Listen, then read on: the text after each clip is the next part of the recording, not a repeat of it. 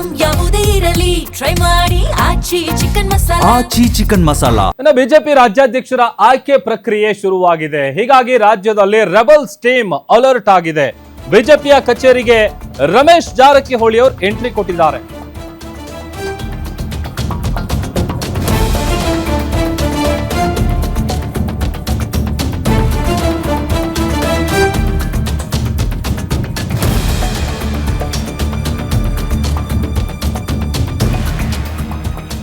BJP ರಾಜ್ಯಾಧ್ಯಕ್ಷರ ಆಯ್ಕೆ ಪ್ರಕ್ರಿಯೆ ಶುರುವಾಗಿದೆ. ಹೀಗಾಗಿ ರಾಜ್ಯದಲ್ಲಿ ರೆಬಲ್ಸ್ ಟೀಮ್ ಅಲರ್ಟ್ ಆಗಿದೆ. ಬಿಜೆಪಿ ಕಚೇರಿಗೆ ರಮೇಶ್ ಜಾರಕಿಹೊಳಿ ಎಂಟ್ರಿ ಕೊಟ್ಟಿದ್ದಾರೆ. ದೆಹಲಿ ಹೈಕಮಾಂಡ್ ನಾಯಕರನ್ನ ಭೇಟಿ ಮಾಡೋದಕ್ಕೆ ಬಂದಿದ್ದಾರೆ. ಬಹಳ ದಿನಗಳ ಬಳಿಕ ಬಿಜೆಪಿ ಕಚೇರಿಯಲ್ಲಿ ರಮೇಶ್ ಜಾರಕಿಹೊಳಿ ಅವರು ಪ್ರತ್ಯಕ್ಷ ಆಗಿರೋದು. ನವೆಂಬರ್ನಲ್ಲಿ ವಿಜಯೇಂದ್ರ ಅವಧಿ ಪೂರ್ಣವಾದ ಹಿನ್ನೆಲೆ 6 ತಿಂಗಳ ಮೊದಲೇ ಅಭಿಪ್ರಾಯ ಸಂಗ್ರಹ ಆರಂಭ ಆಗಿದೆ. ಸುಮಾರು 30ಕ್ಕೂ ಹೆಚ್ಚು ಪ್ರಮುಖರಿಂದ ಅಭಿಪ್ರಾಯ ಸಂಗ್ರಹ ಮಾಡುವಂತ ಕೆಲಸ ಆಗ್ತಾ ಇದೆ. ರಾಷ್ಟ್ರೀಯ ಸಹ ಸಂಘಟನಾ ಕಾರ್ಯದರ್ಶಿ ಶಿವಪ್ರಕಾಶ್, ರಾಷ್ಟ್ರೀಯ ಉಪಾಧ್ಯಕ್ಷ ಜಯಂತ್ ನೇತೃತ್ವದಲ್ಲಿ ಅಭಿಪ್ರಾಯವನ್ನ ಸಂಗ್ರಹ ಮಾಡೋದಕ್ಕೆ ಮುಂದಾಗಿದ್ದಾರೆ. ಹೀಗಾಗಿ ಸಾಕಷ್ಟು ಕುತೂಹಲಕ್ಕೆ ಕಾರಣ ಆಗ್ತಾ ಇದೆ. ಬಿಜೆಪಿ ಕಚೇರಿಗೆ ಅದು ದೆಹಲಿ ಹೈಕಮಾಂಡ್ ನಾಯಕರನ್ನ ಭೇಟಿ ಮಾಡೋದಕ್ಕೆ ರಮೇಶ್ ಜಾರಕಿಹೊಳಿ ಅವರು ಬಂದಿರೋದು. ರೆಬಲ್ಸ್ ಟೀಮ್ ಅಲ್ಲಿ ಗುರುತಿಸಿಕೊಂಡಿದ್ರು. ಅದರ ಜೊತೆಗೆ 6 ತಿಂಗಳ ಮೊದಲೇನೆ ಅಭಿಪ್ರಾಯ ಸಂಗ್ರಹ ಕಾರ್ಯ ಕೂಡ ಆರಂಭ ಆಗಿದೆ.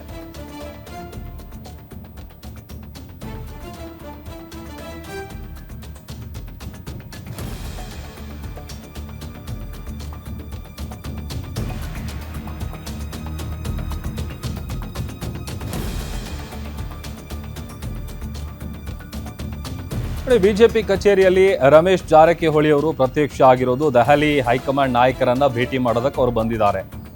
ಕೇಳಿ ಮುಂಬರುವಂತಹ ಚುನಾವಣೆಗಳನ್ನ ಗಮನದಲ್ಲಿಟ್ಕೊಂಡು ಮುಂಬರುವಂತಹ ಸವಾಲುಗಳನ್ನ ಎದುರಿಸಬೇಕು ಅಂತೇಳಿ ಈಗಿನಿಂದಲೇ ಬಿಜೆಪಿಯ ಹೈಕಮಾಂಡ್ ಸಜ್ಜಾಗಿದೆ.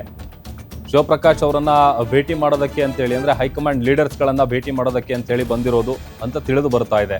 ಆಮೇಲೆ ಕೇಳಿ ರಾಜ್ಯಾಧ್ಯಕ್ಷ BY ವಿಜಯೇಂದ್ರ ಅವರ ವಿರುದ್ಧವಾಗಿ ಹೇಗಾದ್ರೂ ಮಾಡಿ ಅವರನ್ನ ಆ ಸ್ಥಾನದಿಂದ ಕೆಳಗಿಳಿಸಬೇಕು ಅನ್ನುವಂತ ಒಂದಷ್ಟು ತೆರೆಮರೆಯ ಕಸರತ್ತುಗಳು ಹಿಂದಿನಿಂದಲೂ ಕೂಡ ನಡೀತಾ ಇತ್ತು. ಬಟ್ ಈಗ ಬಿಜೆಪಿ ರಾಜ್ಯಾಧ್ಯಕ್ಷರ ಆಯ್ಕೆ ಪ್ರಕ್ರಿಯೆ ಏನಿದೆಯಲ್ಲ, ಅದು ಒಂದ್ ಸ್ವಲ್ಪ ಬಿರುಸು ಪಡ್ಕೊಳ್ತಾ ಇದೆ.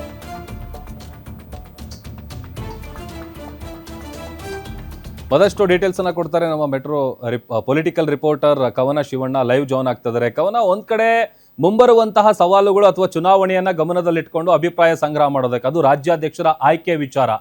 ಅದರಲ್ಲಿ ರಮೇಶ್ ಜಾರಕಿಹೊಳಿ ಅವರ ಎಂಟ್ರಿ ಇದೆಯಲ್ಲ, ಅದ್ರ ಬಗ್ಗೆ ಹೇಳ್ತಾ ಹೋಗೋದಾದ್ರೆ ಕವನ. ಪ್ರಭು, ಈಗಾಗಲೇ ಪಂಚರಾಜ್ಯ ಚುನಾವಣೆಗಳ ನಂತರ ಪಶ್ಚಿಮ ಬಂಗಾಳದ ಗೆಲುವಿನ ನಂತರ ಇದೀಗ ಬಿಜೆಪಿ ಹೈಕಮಾಂಡ್ ರಾಜ್ಯ ಬಿಜೆಪಿ ಕಡೆ ಸಾಕಷ್ಟು ಗಮನವನ್ನ ಹರಿಸ್ತಾ ಇರುವಂಥದ್ದು.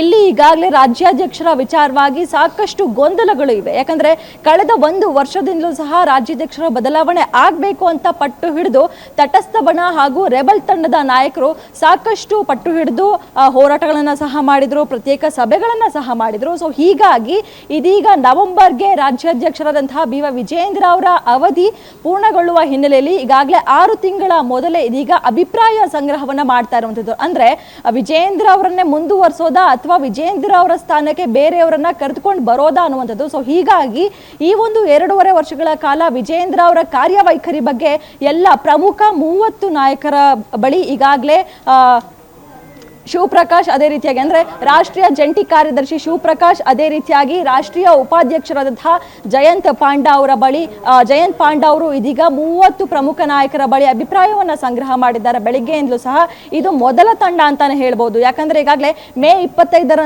ನಂತರ ಮತ್ತೊಂದು ತಂಡ ಸಹ ರಾಜ್ಯಕ್ಕೆ ಆಗಮಿಸ್ತಾ ಇರುವಂತದ್ದು. ಆ ಒಂದು ತಂಡವು ಸಹ ರಾಜ್ಯಾಧ್ಯಕ್ಷರ ವಿಚಾರವಾಗಿ ಅಭಿಪ್ರಾಯವನ್ನ ಸಂಗ್ರಹ ಮಾಡುತ್ತೆ. ನಂತರ ಶಿವರಾಜ್ ಸಿಂಗ್ ಚೌಹಾಣ್ ಬರ್ತಾರೆ. ಸೊ ಹೀಗಾಗಿ ಅಭಿಪ್ರಾಯ ಸಂಗ್ರಹದ ವೇಳೆ ರೆಬಲ್ ತಂಡದ ಪರವಾಗಿ ರಮೇಶ್ ಜಾರಕಿಹೊಳಿ ಅವರ ಅಭಿಪ್ರಾಯವನ್ನ ಸಹ ಇವತ್ತು ಹೈಕಮಾಂಡ್ ನಾಯಕರು ಸಂಗ್ರಹವನ್ನ ಮಾಡಿರುವಂತದ್ದು.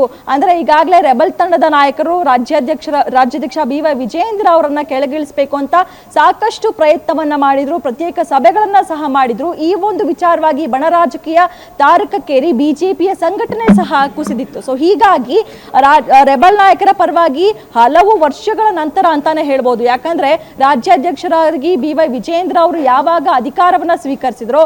ಆಗಿನೂ ಸಹ ರೆಬಲ್ ತಂಡ ನಾಯಕರಾದಂತಹ ರಮೇಶ್ ಜಾರಕಿಹೊಳಿ ಅವರು ಬಿಜೆಪಿ ಕಚೇರಿಗೆ ಆಗಮಿಸಿರ್ಲಿಲ್ಲ. ಆದ್ರೆ ಇವತ್ತು ಹೈಕಮಾಂಡ್ ನಾಯಕರ ಕೂಗಿಗೆ ಇವತ್ತು ಬಿಜೆಪಿಗೆ ಆಗಮಿಸಿದ್ರು, ಬಿಜೆಪಿ ಕಚೇರಿಗೆ ಇವತ್ತು ಅಭಿಪ್ರಾಯವನ್ನ ಸಹ ನೀಡಿದ್ದಾರೆ ಅಂತಾನೆ ಹೇಳ್ಬೋದು. ಅಂದ್ರೆ ಯಾವ ರೀತಿಯಾಗಿ ವಿಶ್ವಾಸವನ್ನ ತೆಗೆದುಕೊಳ್ತಾ ಇರಲಿಲ್ಲ, ಸಂಘಟನೆ ಯಾವ ರೀತಿಯಾಗಿತ್ತು ಅನ್ನೋ ಎಲ್ಲ ವಿಚಾರವಾಗಿ ಸಹ ಇವತ್ತು ರಮೇಶ್ ಜಾರಕಿಹೊಳಿ ಅವರು ಹೈಕಮಾಂಡ್ ನಾಯಕರ ಬಳಿ ಹೇಳಿದ್ದಾರೆ ಅನ್ನುವಂತಹ ವಿಚಾರ ಈಗ ತಿಳಿದು ಬರ್ತಾ ಇರುವಂತದ್ದು. ಪ್ರಭು, ಓಕೆ, ಥ್ಯಾಂಕ್ ಯು ಕವನ, ನಿಮ್ಮೆಲ್ಲ ಡೀಟೇಲ್ಸ್ಗಾಗಿ.